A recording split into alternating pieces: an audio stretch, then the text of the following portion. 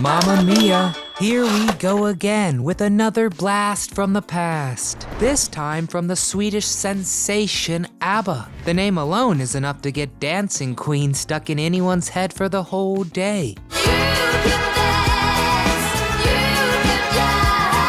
But how much do we really know about this upbeat quartet? How did they get their accidental start? While rising above World War II era traumas. We'll talk about all that, the split up, and their recent rekindling. Do I have it in you? I'm your host, Nostalgic Nick, with the truth behind ABBA. If you enjoy this groovy deep dive, be sure to gimme a thumbs up and subscribe to the channel for more throwbacks. But without further ado, the name of the game is ABBA. Accidental hit. Have you ever accidentally started an internationally renowned band out of a hobby? Yeah, me neither. But Benny Andersson, at just 18 years old, joined the Hep Stars, which earned the nickname the Swedish Beatles. Meanwhile, Bjorn was part of the Hootenanny Singers. Baby, those are the rules. When the two met, were friendly, and decided to team up and record an album together. They went on holiday to Cyprus, joined by their girlfriends, none other than Anni-Frid and Agneta. While having some fun, the women joined in and sang backup. It was all good and fun when they put on a live show, with an audience made up of United Nations soldiers stationed on the island. And it was on Cyprus that they realized the quartet had something special. Their first official single was called Hey Old Man, which was about a Salvation Army soldier they met on the island. What's in a name?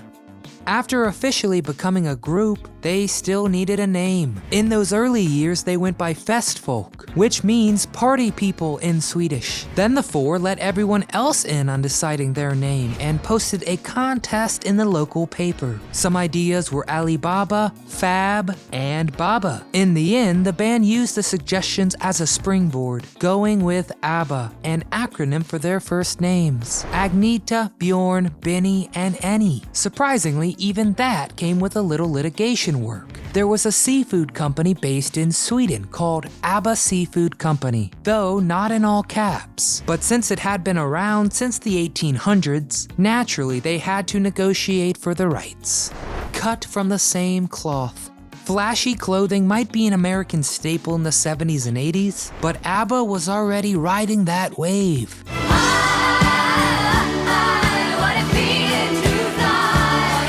In fact, they became so iconic partly because of them. Meet O. Sandstrom, a zoology teacher by day and costume designer by night. He first met ABBA through Frida at a theater company they'd both worked with. Soon they commissioned him to design their costumes. He based his outfits off of just about everything, from the Aurora Borealis to vibrant flamenco dancers. Turns out these wild colors and patterns, glitz and layers had another profitable purpose. A Swedish tax law says that as long as clothing was too outrageous to wear in everyday life and could only be used in performances, they could all be tax write-offs. So band and designer kept the outfits coming. And they made a lot of them too. Approximately 500 of those shiny gems.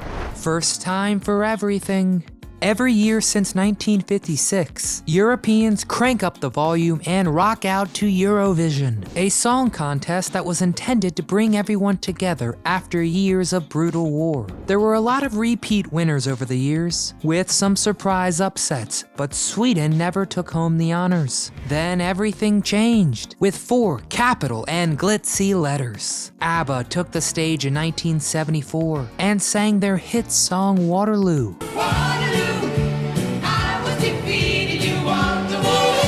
Their first single from their second album, and the first single they recorded under their new name ABBA. This victory officially made them a worldwide phenomenon. They also broke ground as the first band from a non-English speaking country to top the charts over and over again in English speaking countries. It took some time for the traction to spark in America, but they got some help when they visited the US and made their first American TV appearance on The Mike Douglas Show. A year later, the fledgling band man destined for stardom, appeared on the newest hit comedy show Saturday Night Live. Oh, the entertainment is beginning. A very wonderful vocal group from Sweden called ABBA. You love it. Finally, the top spot. Unless you were part of the British invasion, it was hard for foreign bands to get a foothold in the US. In fact, ABBA was already very popular all around the world, but didn't top the charts in America right away. The highest they could get was number 14. It was only in 2008 that they finally made it to number 1. And that, of course, was thanks to the premiere of the Meryl Streep Mamma Mia film. Mamma mia, here I go again, my. Oily business. ABBA fans can be from anywhere. Forget math. Dancing Queen is the universal language. Or maybe I should say money, money, money. Always Sunday in the rich man's world. The problem was, not everybody could access ABBA's music. People in the Soviet Union were huge fans of the band, but their currencies were embargoed, which limits what business can be done with another country. So the band couldn't accept rubles, Russian dollars. So what to do? They took payment in another form, that of royalty payments for all Soviet Union oil commodities. Hey, someone get Blake Carrington on the line. He'll want to hear about this. Anni-Frid, a Tisker Barnes. War doesn't only happen on designated battlefields. It creeps into the streets and through the cracks of people's homes and lives. Anni-Frid may now be known as a quarter of ABBA and an outspoken environmentalist, but Annie was a child of war. During World War II, Nazi Germany occupied Norway. In that time, some women gave birth to children fathered by German officers. It was even encouraged by the German government to have more idealized children. And Anni-Frid, born in 1945, was the daughter of a German sergeant. They had names for kids like Frida, Tisker Barnes, or German Child. Frida couldn't even hope for help from her country's newly freed government, since they took action to punish those like her and her mother. They faced threats of internment camps. Their village shunned the whole family and they couldn't stay in Norway. It's always there following you, and it's a part of your daily life in a way.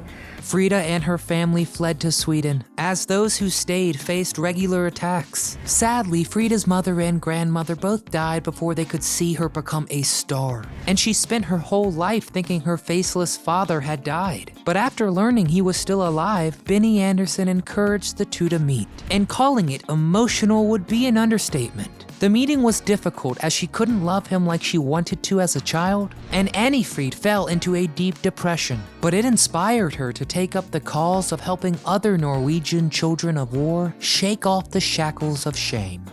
Holy matrimony.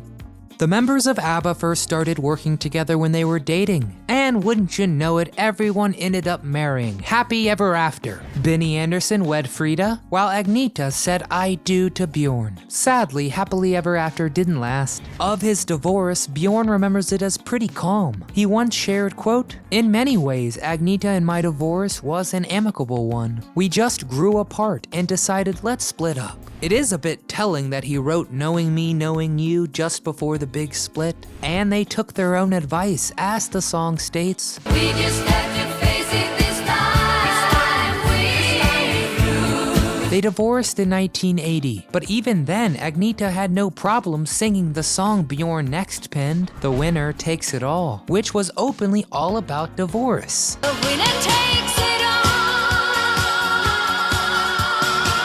But what Bjorn remembers of Benny and Frida's split is pretty much the opposite. Bjorn called their songwriting creative, but the remaining time was very unhappy, and they ended up splitting in 1981. Even after everyone broke up, they tried to keep ABBA itself from breaking up. But for however friendly the splits were, Agneta later stated that the band's final years were downright miserable. Gimme that reunion! ABBA ended up splitting for good in 1982. Since then, still loved around the world. ABBA's been the subject of hot reunion debate, but that talk was usually quieted fast, with Agneta cited as the reason for no reunion. By nature, Agneta was very reclusive. She hates crowds, loud noises, airplanes, and open spaces. And she's also been called the favorite of the band, with possibly the biggest solo career too. So when Mamma Mia premiered in 2008, Agnetha did not rush at the chance to dive into the party again. They all attended the event, but separately, and when the paparazzi wanted a balcony photo of the four together, Agnetha kept her distance. When she hears the nickname Greta Garbo too, she hates it and tells people that she just wants to live a quiet, peaceful life. But fans did get their wish in 2016 when Frida and Agnetha sang The Way Old Friends Do, joined at the end by Benny and Bjorn. With this new spark and momentum, the quartet entered the recording studio once again to compose new tracks and a digital tour using ABBA avatars, fittingly called ABBA'S, which is genius. At first, they promised the 2 new tracks for 2020, but we all know how that year went, so the date was pushed to 2021, but now disclosed it would be 5 new songs. The long-gestating hologram tour is now announced as The Voyage, and along with the band's 5 new songs, a documentary is planned as a companion piece to the show. The quartet is all in their 70s now, and 2 songs off of Voyage, a ballad titled I Still Have Faith in You and Don't Shut Me Down, are both out now, so definitely check them out.